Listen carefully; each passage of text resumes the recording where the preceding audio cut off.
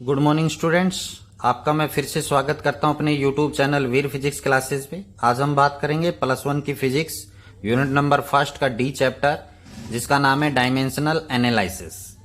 तो हम बात कर रहे हैं यूजेस ऑफ डायमेंशनल इक्वेशंस। जो इससे पहले की वीडियो हैं, 2 वीडियो हैं, उनमें हम 2 यूजेस हैं वो डिस्कस कर चुके हैं। फर्स्ट, इससे पहले वीडियो में हमने डिस्कस किया था कि conversion of one system of unit into the another system of unit. उसके बाद की वीडियो में हमने डिस्कस किया था to check the correctness of the formulas, equations को चेक करना कि whether the equation is correct और नॉट। और आज की इस वीडियो में हम डिस्कस करेंगे थर्ड यूज, जो कि क्या है, डेरिवेशन ऑफ फॉर्मूला। मतलब डायमेंशन एनालिसिस का यूज करके हमने फॉर्मूलाज जो हैं वो ड्राइव करने हैं। फॉर्मूलाज क्या करने हैं? ड्राइव करने हैं, फॉर्मूले निकालने हैं। क्लियर? Derivation of formula. और किसका यूज करके करना है? डायमेंशनल एनालिसिस का यूज करके करना है। तो बच्चों, इस यूज में भी जो है हम न्यूमेरिकल्स लेकर इस डेरिवेशन ऑफ फॉर्मूला को समझेंगे। जो कि मैं यहां पर न्यूमेरिकल्स हैं वो करवाऊंगा आपके पास। अलग अलग टाइप के न्यूमेरिकल्स हैं, उनके बारे में हम यहां पर डिस्कस करेंगे। और बच्चों, इससे पहले की अगर वीडियो नहीं देखी है तो उनको जरूर देखें, क्योंकि उन्हीं से बेस क्लियर होता होगा, तभी हम आगे बढ़ पाएंगे और आपके जितने भी कंसेप्ट हैं वो क्लियर हो पाएंगे। तो आइए अब हम यहां पर डेरिवेशन ऑफ फॉर्मूले का एग्जांपल लेकर डिस्कस करते हैं। तो बच्चों, न्यूमेरिकल है द फ्रीक्वेंसी ऑफ वाइब्रेशन, यानी knew that is the frequency of a string. जैसे एक रस्सी है, स्ट्रिंग है, उसकी वाइब्रेशन की फ्रीक्वेंसी। फ्रीक्वेंसी क्या होता है? Number of the vibration in 1 second, that is called frequency. And frequency is the reciprocal to the time period. What is the time period? Time taken by the wave to complete one vibration. एक vibration को complete करने में जो time लिया जाता है उसे हम बोलते हैं टाइम पीरियड। क्लियर? क्योंकि इनका यूज भी होगा। तो फ्रीक्वेंसी क्या होती है आपको पता है? कह रहा है एक स्ट्रिंग है, स्ट्रिंग के अंदर वाइब्रेशन है, उसकी जो फ्रीक्वेंसी है में डिपेंड अपॉन, बेटा इसी टाइप का न्यूमेरिकल जब कन्वर्जन करवाएगा, डेरिवेशन करवाएगा, तो इसी टाइप से आपसे न्यूमेरिकल में कहेगा। तो कह रहा है वो जो फ्रीक्वेंसी है वो depends upon length of the string. यानी वो किसके ऊपर डिपेंड कर रही है? Length of the string, tension in the string. Tension का मतलब होता है खिंचाव। Clear? Tension in the string and mass per unit length. इन बातों पे ध्यान देना है। यानी मास सीधा नहीं है, मास क्या है? मास पर यूनिट लेंथ है, एम से डिनोट कर रखा है, ऑफ द स्ट्रिंग। कह रहा है using the method of dimensions drive the formula for frequency. यानी जो स्ट्रिंग के अंदर वाइब्रेशन, उसकी फ्रीक्वेंसी का फॉर्मूला ड्राइव करना है। तो किन किन बातों का ध्यान रखना है आपने यहां पर ध्यान से सुनना है। इसका हम सॉल्यूशन करते हैं, इसको सोल्व करते हैं। यहां पर क्या कि जो फ्रीक्वेंसी है वो डिपेंड किन किन के ऊपर कर रही है। तो यहां पर डायरेक्टली प्रोपोर्शनलिटी का साइन लगा दीजिए, और जो पहले का है वो आपने पहले ही लिखना है। फ्रीक्वेंसी है वो डिपेंड करे किसके ऊपर? लेंथ ऑफ स्ट्रिंग, तो मतलब एल। क्लियर? और इसकी पावर देनी आपने ए। फिर आ जाइए टेंशन, मतलब टी, टी की पावर हो जाएगी बी, डायरेक्टली प्रोपोर्शनल है टी। उसके बाद किसके ऊपर डिपेंड है? मास पर यूनिट लेंथ, इसकी पावर है सी। ध्यान रखना है यहां पर ये एम है वो मास पर यूनिट लेंथ है, सिंपल मास नहीं है। इसलिए मैंने ये न्यूमेरिकल चूज किया है ताकि यहां पर कुछ अलग से आपको देखने को मिल सके। क्लियर? अब जब हम इतना काम करना है आपने क्वेश्चन से, क्लियर? जो पहले लिख रखा है उसको पहले, बाद में स्टेप बाय स्टेप है डायरेक्टली प्रोपोर्शनल लिखते चले जाएंगे। यहां पर फ्रीक्वेंसी, प्रोपोर्शनलिटी के साइन को हटाएंगे, के कांस्टेंट, एल की पावर ए, टी की पावर बी, एम की पावर सी। क्लियर? ये आपके पास आ गया। अब यहां से इसका एक्चुअली फॉर्मूला ड्राइव करना है। तो एक्चुअली फॉर्मूला कब आएगा? जब आपको ए, बी और सी की वैल्यू का पता हो। क्लियर? तो इनकी वैल्यूज का आप पता कैसे लगाएंगे? बच्चों, जो स्टेप बता रहा हूं उन्हीं को ध्यान में रखना है आप लोगों ने, और आप इजीली सोल्व कर पाएंगे फिर। तो यहां पर क्या है? फ्रीक्वेंसी। तो आपने क्या निकालना है? ए और बी की वैल्यू निकालनी है, ए बी सी की वैल्यू निकालनी है। तो यहां पर इसको मैं इक्वेशन नंबर फर्स्ट बना देता हूं बच्चों। क्लियर? अब आपने क्या करना है? इधर फ्रीक्वेंसी है तो लेफ्ट हैंड साइड फ्रीक्वेंसी है, या कोई और क्वांटिटी तो उसका डायमेंशन फॉर्मूला लिख दीजिए। फ्रीक्वेंसी का डायमेंशन फॉर्मूला होता है m0 l0 t-1, क्योंकि मैंने अभी आपको बताया फ्रीक्वेंसी है वो inversely proportional to time period होती है, रेसिप्रोकल टू टाइम पीरियड। तो यहां पर किसका डायमेंशन फॉर्मूला लगेगा? टाइम का। रेसिप्रोकल है तो मतलब ऊपर जाएगा तो पावर क्या हो जाएगी? -1 हो जाएगी। क्लियर? तो यहां पर आपने फ्रीक्वेंसी का फॉर्मूला लिख दिया। यहां पर के क्या है? कांस्टेंट।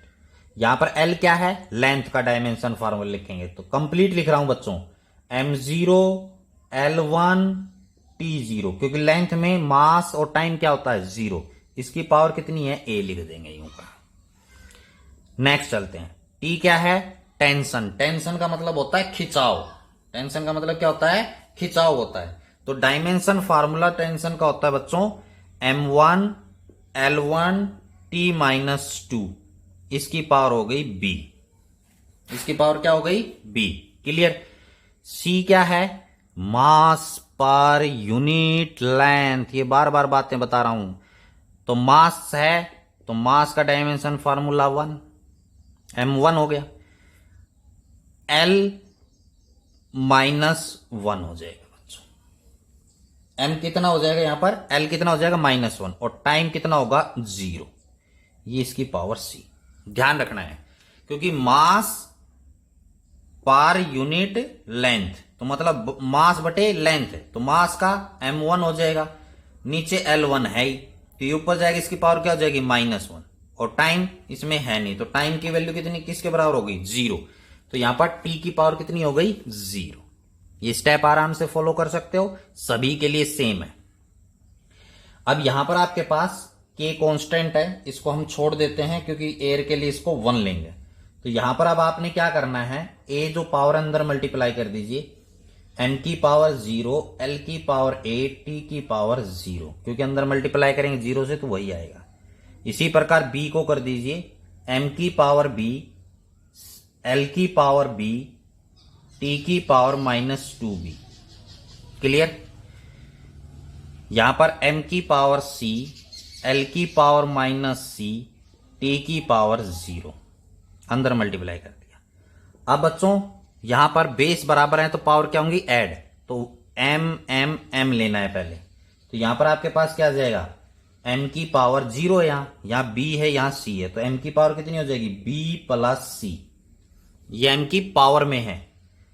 फिर आराम से खुला खुला स्पेस देकर आपने लिखना है। l की पावर a, l की पावर b, l की पावर c, सभी को जोड़ दीजिए, a + b - c। Clear? Time पर आ जाइए, 0 2 -2b, t की पावर 0। इधर आपके पास लेफ्ट हैंड साइड में क्या था? m0 l0 t-1। क्लियर? यहां पर फ्रीक्वेंसी की जगह कोई और भी हो सकता है, प्रोसीजर आपके पास सेम है। ये स्टेप फॉलो कर दिया। अब दोनों साइड, लेफ्ट और राइट साइड, m की पावर को m के साथ कंपेयर कीजिए, l की पावर को l के साथ कंपेयर कीजिए, टाइम की पावर को टाइम के साथ कंपेयर कीजिए। तो m की पावर को m के साथ कंपेयर करेंगे तो यहां पर b + c that is equal to 0 आएगा। क्यों आएगा 0? m की पावर b + c है, यहां m की पावर क्या है? 0। तो दोनों को कंपेयर करेंगे तो b + c that is equal to 0, एक तो आपके पास ही आएगा। नेक्स्ट आपके पास l को करेंगे तो a + b - c आएगा, दैट इज इक्वल टू 0 आएगा। नेक्स्ट इक्वेशन जो आपके पास आएगी वो क्या आएगी? -2b that is equal to -1। बुलाएगा कि नहीं आएगा? क्या आएगा? -1। क्लियर? ये तो यहां पर कितनी इक्वेशन आ गई? 3 इक्वेशन आ गई। अब इन 3 इक्वेशंस का यूज करके मैथ का काम है, 10th क्लास में आपने बहुत किया हुआ है, a b c की वैल्यू निकाल लीजिए। तो यहां से तो b की वैल्यू निकल ही जाएगी, माइनस से माइनस कैंसिल। तो यहां पर b की जो वैल्यू आएगी वो किसके बराबर आएगी? 1/2 के बराबर आएगी। b की वैल्यू कितनी आ जाएगी? 1/2। यहां से तो आ गई इस इक्वेशन से। अब यहां से c की निकाल सकते हैं। कैसे निकाल सकते हैं c की? क्योंकि b की वैल्यू कितनी है बच्चों? m1/2 + c that is equal to 0। तो c that is equal to किसके बराबर आ जाएगा? -1/2। किस इक्वेशन से? इस इक्वेशन से b की वैल्यू पुट करते हैं। अब आ जाइए यहां पर, देखिए अलग अलग में डिवाइड पोर्शन में कर देता हूं इसको। ये आ गया, ये आ गया, ये आ गया। अब यहां पर ए, बी और सी की वैल्यू आ गई तो ए की भी निकाल सकते हैं। तो ए प्लस बी की वैल्यू कितनी है बच्चों? 1/2 माइनस सी की वैल्यू कितनी है? -1/2। सी की value -1/2 that is equal to 0। तो यहां पर A plus 1/2 plus 1/2 that is equal to 0, क्योंकि माइनस माइनस क्या हो जाएगा? प्लस। 1/2 को 1/2 में जोड़ेंगे तो क्या आएगा? 1। तो यहां पर a that is equal to कितना आ जाएगा? -1। क्यों आ जाएगा -1? क्योंकि a plus 1 that is equal to 0। a is equal to क्या हो जाएगा? -1, उधर चला जाएगा। तो सभी की वैल्यू आ गई बच्चों, a b c की वैल्यू आ गई। अब फ्रॉम इक्वेशन नंबर फर्स्ट, यहां पर फिर से वापस चले जाइए। From equation first, frequency that is equal to k, l की पावर कितनी है? ए कितना है बच्चों? -1। तो एल की पावर -1 आ गई। क्लियर? यहां पर आपके पास टी की पावर कितनी है? बी किसके बराबर है? 1/2 के प्लस 1/2 के। आगे क्या है? मास पर यूनिट लेंथ, सी की वैल्यू कितनी है? -1/2 के बराबर। क्लियर? तो बच्चों हम इसको किस प्रकार लिख सकते हैं? Frequency that is equal to k, l की पावर -1 है तो इसको कहां लिखेंगे? नीचे ले जाते हैं। प्लस बन गया या नहीं बन गया? इसकी पावर 1/2, इसकी पावर 1/2। तो ये प्लस का, ये क्या है? माइनस। तो माइनस कहां चला जाएगा? नीचे। और 1/2 है तो इसलिए क्या लगा देते हैं? Under root. तो t/m हो गया। t क्या हो गया? m। t की पावर सारे के 1/2 कर दिया, t की पावर 1/2, और ये माइनस है तो इसलिए मैंने कहा लिखा नीचे। ये क्या आ गया? फ्रीक्वेंसी का फॉर्मूला आ गया इस इक्वेशन और इस कंडीशन के अंडर। के प्रोपोर्शनलिटी कांस्टेंट है, L length of the string, T tension in the string, M is the mass per unit length of the string. Clear? तो ये न्यूमेरिकल आ गया डेरिवेशन ऑफ फॉर्मूला से related. तो बच्चों next numerical है, the wavelength lambda of a matter wave में depends upon Planck's constant h। Planck constant को h से डिनोट करते हैं। Mass and velocity of the particle, use the method of dimensions to drive the formula. यानी हमने किसके लिए formula drive करना है? वेवलेंथ के लिए। तो आपको बताया था वेवलेंथ से डायमेंशन फॉर्मूला ड्राइव करने के लिए यहां पर हम इसका सॉल्यूशन करते हैं। तो सबसे पहले बताया था कि जिसका फॉर्मूला निकालना है, जैसे वेवलेंथ का निकालना लैम्डा, डायरेक्टली प्रोपोर्शनल होगा किसका? Planck's constant. इसकी पावर a कर देते हैं, h है प्लैंक कांस्टेंट की पावर a, और किसके ऊपर डिपेंड कर रहा है? मास। सेकंड नंबर पर मास है तो पावर b, और वेलोसिटी ऑफ द पार्टिकल्स, इसकी पावर कितनी हो जाएगी? c। स्टेप बाय स्टेप लिखना है आपने। क्लियर? यहां पर डायरेक्टली प्रोपोर्शनलिटी के साइन को हटाते हैं तो k कांस्टेंट, h की पावर a, m की पावर b, और v वेलोसिटी की पावर c। तो यहां पर अब आपने इसका फॉर्मूला है वो ड्राइव करना है। सेम मेथड है जो अभी हमने डिस्कस किया था, लेकिन फिर भी मैं 2 बार बता रहा हूं, 2 केस लेकर, ताकि आप इजीली इसको समझ सके। तो बच्चों आपको बताया था कि अब लेफ्ट हैंड साइड और राइट हैंड साइड इनका क्या लिखना है? डायमेंशनल फॉर्मूला है वो लिखना है। वेवलेंथ क्या है? वेव की लेंथ। तो यहां पर मास कितना होगा? कोई मास नहीं होता, m की पावर 0, l की पावर 1, t की पावर 0। ये वेवलेंथ का फार्मूला है। k constant that is equal, h क्या है? Planck's constant. तो प्लैंक्स कांस्टेंट का डायमेंशन फार्मूला क्या होता है? m1, l की पावर 2, t की पावर -1, इसकी पावर a। m क्या है? मास। मास का dimension formula m1, l0, t0, इसकी पावर कितनी हो गई? b। v क्या है? वेलोसिटी। वेलोसिटी का dimension formula m0, l1, t-1, इसकी पावर c। क्लियर? तो डायमेंशन फार्मूला हैं वो आपको याद करने ही पड़ेंगे। तो आइए लेफ्ट हैंड साइड में m0, l1, t0 that is equal to, k को हटा देते हैं, कांस्टेंट 1 ले लेते हैं पर यहां पर एयर के लिए। तो अब क्या करना है? इन पावर को अंदर मल्टीप्लाई करना है। m की पावर a, l की पावर 2a, t की power -a। Clear?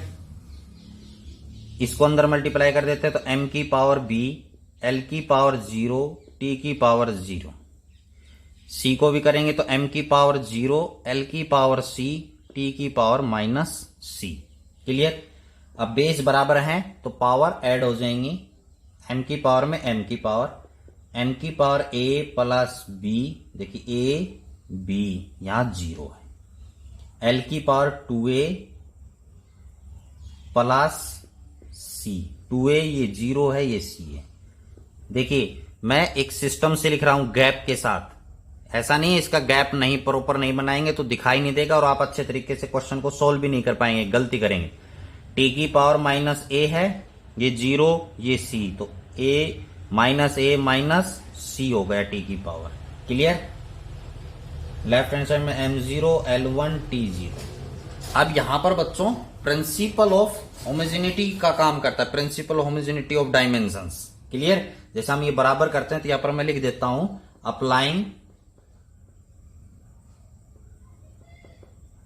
Applying principle of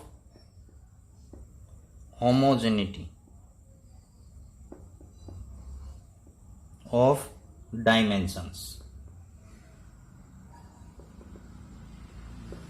ठीक है, होमोजेनिटी आपका प्रिंसिपल है, यानी लेफ्ट हैंड साइड में बेस बराबर है, पावर क्या होंगी बराबर। तो कंपेयर करना है यहां पर, तो m की पावर इधर 0, इधर कितनी है a प्लस b, तो यहां पर क्या आ जाएगा बच्चों a प्लस b किसके बराबर आ गया 0 के, एक तो ये आ गया m का। l की पावर इधर 1 है, इधर 2, 2a plus c that is equal to 1। Clear. यहां पर t की पावर कितनी है 0, यहां कितनी है minus a minus c that is equal to 0। Clear. अब यहां पर ये 3 इक्वेशंस हैं, 3 इक्वेशंस का यूज करके हमने क्या करना है, ए बी सी की वैल्यू निकालनी है बच्चों। किसकी वैल्यू निकालनी है, ए बी सी की वैल्यू। क्लियर। तो हम इन तीनों इक्वेशन का यूज करेंगे। तो कैसे यूज करेंगे, देखिए यहां से तो हम माइनस कॉमन ले लेते हैं, माइनस उधर 0 है तो क्या हो जाएगा 0 ही रहेगा, तो a plus C that is equal to 0। तो यहां पर बच्चों दोनों इक्वेशंस हैं, ये कौन सी, a plus C that is equal to 1, a plus C. तो यहां पर हम क्या करते हैं, माइनस कर देते हैं इक्वेशन इसमें से इसको, ये इक्वेशन नंबर इसको, तो यहां पर इक्वेशन नंबर फर्स्ट मान लेता हूं, जैसे ये इक्वेशन नंबर सेकेंड, ये इक्वेशन नंबर थर्ड, ये इक्वेशन नंबर फोर्थ। तो यहां पर हम सब्सट्रैक्ट कर रहे हैं किसमें से, थर्ड इक्वेशन में से फोर्थ इक्वेशन। तो 2a plus C that is equal to 1 minus किसको कर रहे हैं, a प्लस सी को, तो माइनस करेंगे तो यहां पर माइनस और ये प्लस का साइन है, ये क्या हो जाएगा minus that is equal to 0। Clear. तो c से c कैंसिल, यहां पर क्या बचेगा बच्चों a that is equal to 1, minus करेंगे तो a की वैल्यू, तो यहां पर a की वैल्यू है वो किसके बराबर आ गई 1 के। क्लियर। समझ में आ गया कैसे सोल्व किया है। अब a की वैल्यू आ गई तो a की वैल्यू को यहां पर पुट कर दीजिए इक्वेशन नंबर सेकंड में, तो a plus b that is equal to 0, तो a कितना है 1 plus b that is equal to 0। तो यहां पर b की वैल्यू है वो किसके बराबर आएगी -1 के बराबर, ये उधर चला जाएगा। a b की वैल्यू आ गई, c की निकालनी है, तो c की निकालनी है तो इक्वेशन नंबर थर्ड या फोर्थ में से किसी में भी कर दीजिए। तो जैसे फोर्थ नंबर इक्वेशन है वो क्या है, a plus C that is equal to 0, तो a कितना है 1 plus C that is equal to 0, c that is equal to -1। तो c की वैल्यू किसके बराबर आ गई -1, b की वैल्यू कितनी आ गई -1, a की आ गई है। तो यहां पर आप क्या करेंगे, फ्रॉम इक्वेशन फर्स्ट, तो lambda that is equal to के कांस्टेंट, एच प्लैंक कांस्टेंट है, तो ए 1 है इसकी, m मास है, b पावर कितनी है -1, v वेलोसिटी की पावर भी कितनी है -1। तो इसको हम सिस्टम से लिखेंगे तो lambda that is equal to के एच बाय एम वी, क्योंकि m -1 का नीचे चला जाएगा, ये भी नीचे, तो ये क्या आ गया फॉर्मूला आ गया किससे रिलेटेड, वेवलेंथ के लिए। क्लियर। तो इस प्रकार आपने डायमेंशन का यूज करके हम फॉर्मूले हैं वो क्या कर सकते हैं, ड्राइव कर सकते हैं। आइए बच्चों हम एक एग्जांपल और लेते हैं जो कि अलग टाइप से पूछा गया है, सोल्व करने का मेथड है वो सेम है लेकिन अलग टाइप से पूछा गया है, डिस्कस करते हैं। कह रहा है calculate the dimensions of linear momentum. देखिए अभी तक क्या था, drive the formula for linear momentum ऐसे पूछा गया था, लेकिन अब ये अलग से पूछा गया है। कैलकुलेट द डायमेंशंस ऑफ, यानी डायमेंशंस कैलकुलेट करने of linear momentum in terms of, यानी लीनियर मोमेंटम के डायमेंशंस कैलकुलेट करने किसकी टर्म में, of velocity, density and frequency as a fundamental units, यानी इनको फंडामेंटल यूनिट्स मानकर इनके डायमेंशंस निकालने लीनियर मोमेंटम के। तो आइए हम इसके सॉल्यूशन के बारे में डिस्कस करते हैं, सोल्व करते हैं। तो करने का मेथड वही है, लीनियर मोमेंटम है जिसको बच्चों पी से, स्मॉल पी से डिनोट करते हैं। ये डिपेंड किसके ऊपर करता है, डायरेक्टली, मैंने अभी आपको बताया डिपेंड कर रहा है तो डायरेक्टली प्रोपोर्शनलिटी का साइन लगाएंगे। किसके फॉर्म में निकालना है, वेलोसिटी है तो वेलोसिटी की पावर ए लिखनी है, और किसके फॉर्म में निकालना है, डेंसिटी, रो की पावर कितनी हो जाएगी, बी। ये बेटा पी को थोड़ा लेंथ ही बनाना, ऊपर से गोल नहीं बनाना। यहां पर है फ्रीक्वेंसी की पावर क्या हो जाएगी, सी। क्लियर, मेथड वही है। तो linear momentum p that is equal to k, velocity की पावर ए, रो डेंसिटी की पावर बी एंड फ्रीक्वेंसी की पावर सी। क्लियर। अब आगे जो करने का मेथड है वही है, क्या, लीनियर मोमेंटम का डायमेंशन फार्मूला लिखेंगे। लीनियर मोमेंटम का डायमेंशन फार्मूला क्या होता है, मास इंटू वेलोसिटी, तो m1 L1 T minus 1। Clear, के कांस्टेंट, इसको 1 ले लेते हैं। यहां पर आगे आ जाती है वेलोसिटी, तो वेलोसिटी का dimension formula m0 L1 T minus 1, इसकी पावर a है। रो क्या है, डेंसिटी, डेंसिटी होती है मास अपॉन वॉल्यूम, तो यहां पर m1 L की पावर -3 T0, क्योंकि वॉल्यूम है तो वॉल्यूम की लेंथ में होता है क्यूब आएगा, नीचे है बटे में तो ऊपर चला जाएगा -1, इसकी पावर बन गई b। फ्रीक्वेंसी का डायमेंशन फार्मूला होता है m0 L0 T की पावर -1, क्योंकि टाइम पीरियड के रेसिप्रोकल होता है, बटे में ऊपर रह जाएंगे पावर माइनस हो जाएगी। क्लियर, तो यहां पर आपके पास क्या हो जाएगा, m0 L की पावर a T की पावर -a, अंदर मल्टीप्लाई। इसी प्रकार यहां पर m की पावर b, L की पावर -3b, T की पावर 0। इसी प्रकार इसमें m की पावर 0, L की पावर 0, T की पावर -c। थोड़ा जल्दी कर रहा हूं ताकि, क्योंकि आप लोग इसके बारे में समझ चुके हैं।